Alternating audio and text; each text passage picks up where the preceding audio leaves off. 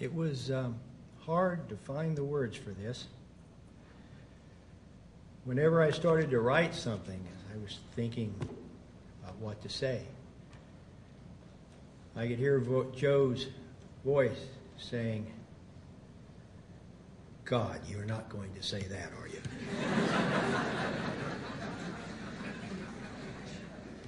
Tell them what a great dancer I was. Tell them that my Christmas ham was almost as good as Big Mama Kilgore's.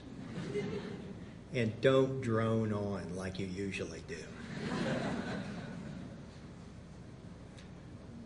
You'll just have to cut me some slack, Joe.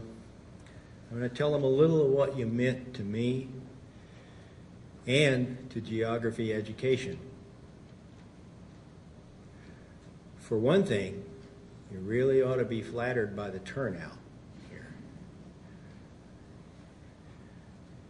But still, I'd guess that there's probably 10 out in the States for every one that's here that are thinking about Joe and Ann about this time. The National Geographic and Joe Ferguson were a great marriage. The society envisioned the confederation of teachers with a passion for geography, and Joe helped make it happen. Joe had street credibility. He'd been a teacher, and he knew what a hard job it was. He made sure that the teachers that came here were treated like professionals. Joe's institutes were fun. They were exciting, but he didn't tolerate any slackers. His Come to Jesus meetings were legendary and generally pretty effective. Under his tutelage, the teachers came out better educators than when they started. He made them believe in themselves. When they went back to the States and took on leadership roles, he was the first on the phone to call and congratulate them. When they needed advice, he was the first one they called. He never forgot a teacher. And if imitation is a sincere form of flattery, then Joe should be flattered, because every academic discipline today is out in the States copying the model that Joe proved here. I know firsthand what an effective advocate Joe was for the teachers and for geography education. At our all too frequent strategy meetings, every new idea and every policy proposal had to run Joe's gauntlet. He would always ask, what effect will it have on the teachers? If he thought your argument was really dumb, he would put both palms on the table, look toward the ceiling as if beseeching heaven to intervene. It was a look that said, what are you thinking? If you had a lick of sense, you wouldn't be suggesting a damn fool idea like that.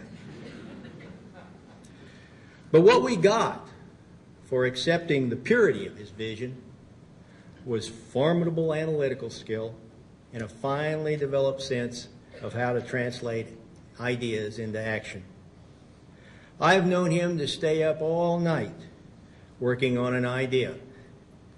I'd see it the next morning with charts and graphs and all tied up in little bows and no loose ends any place in sight.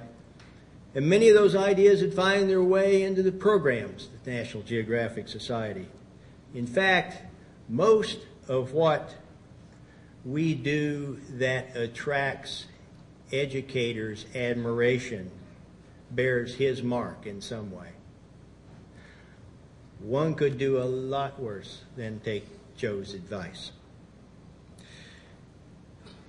It seemed like Joe had been here forever, but he had just turned 39. In an age when most people are just beginning to make their mark, It makes me sad when I think of what he might accomplish in the next decade or two. I always assumed, I guess like I assume of all my friends, that no matter what paths we take, I'd always know how to find them, and I'd always know how to find Joe if I wanted to talk. Once he told me that even when I was off in some extended care facility, he would find me and hand deliver the annual strategic plan. But fate intervened, and now I can only ask, I wonder what Joe would think about this or think about that. He and Ann didn't volunteer to rid the world of terrorism, but I have to believe that their ultimate contribution to that effort will be repaid someday. In the meantime, we will miss them terribly. As for me, I hope Joe will do me the favor of looking over my shoulder once in a while and let me know if I'm being a damn fool. I guess I can't ask for much more than that.